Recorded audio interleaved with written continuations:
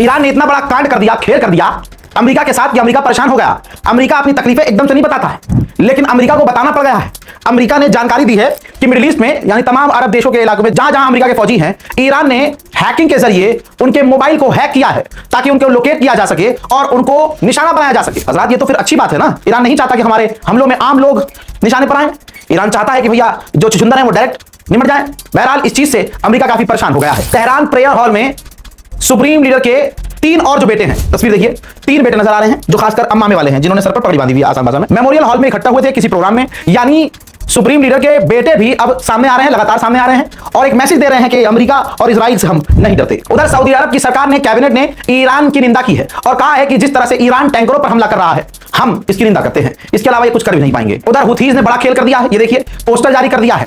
इस पोस्टर को जो सीरियस न ले उसका हाल क्या होगा कुछ अपने आप आपको वक्त में पता चल जाएगा। भाई साहब, हुथीज ने वार्निंग दे दी है तमाम दुनिया की एयरलाइंस को कि हम वार्निंग दे रहे हैं किसी भी तरह से सऊदी अरब के एयर स्पेस का इस्तेमाल ना करना। लिहाजा फिलहाल मैं भी पर्सनली अपील कर रहा हूं जो हिंदुस्तान में ऐसे लोग हैं जिनकी फ्लाइट कुवैत जा रही है सऊदी अरब की तरफ से, या जो सऊदी जाना चाह रहे हैं, फिलहाल अभी थोड़ा सा ब्रेक ले लें। ईरान की पार्लियामेंट तैयारी कर रही है कि होर्मुज को चलाने के लिए पूरी तरह से एक कानून लाया जाए, हर एक पॉइंट पर कानून बनाया जाए, जिस पर तैयारी शुरू हो चुकी है। अमेरिका ने इतने ज्यादा टैंकर इजराइल में तैनात किए हैं, खासकर इजराइल के बेन गुरियन एयरपोर्ट पर, कि इजराइल जो उतरने वाली फ्लाइट्स हैं वो उतर नहीं पा रही, जगह नहीं है।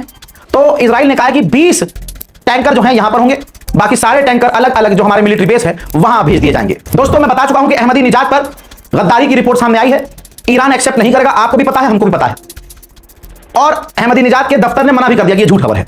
लेकिन इजराइल ने पूरा प्लान खोल दिया क्योंकि प्लान फेल हो गया है। ये रही रिपोर्ट और मेरी आवाज पर कान धरे रहिएगा, सुनिए, और आप खुद महसूस करेंगे कि इसकी कुछ बातें बिल्कुल सटीक हैं। जैसे इजराइल ने बताया कि हमारा प्लान यह था कि हम कुर्दिश लड़ाकों को मजबूत करें, और आपने देखा, मैंने देखा, हम सबने देखा कि अमेरिका ने इराक की सरजमीन पर हवा से कुर्दिश लड़ाकों के लिए, आतंकियों के लिए हथियार फेंके थे, और कुर्दिश ने ऐलान किया था कि हम लड़ेंगे ईरान से, हम लड़ेंगे।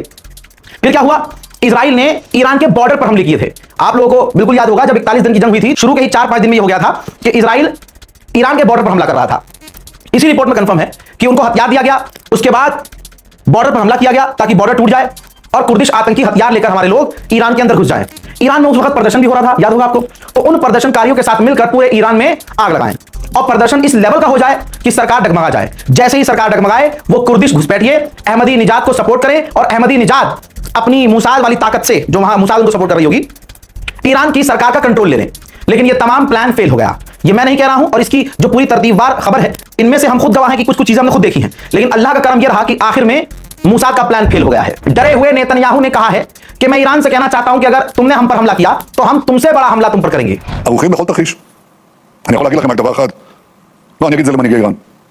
אל תבנו על כך שיהיה שקט אם תתקפו אותנו. אל תבנו על כך שיהיה שידור חוזר. כי זה לא יהיה שידור חוזר. הוא היה מספיק עוצמתי.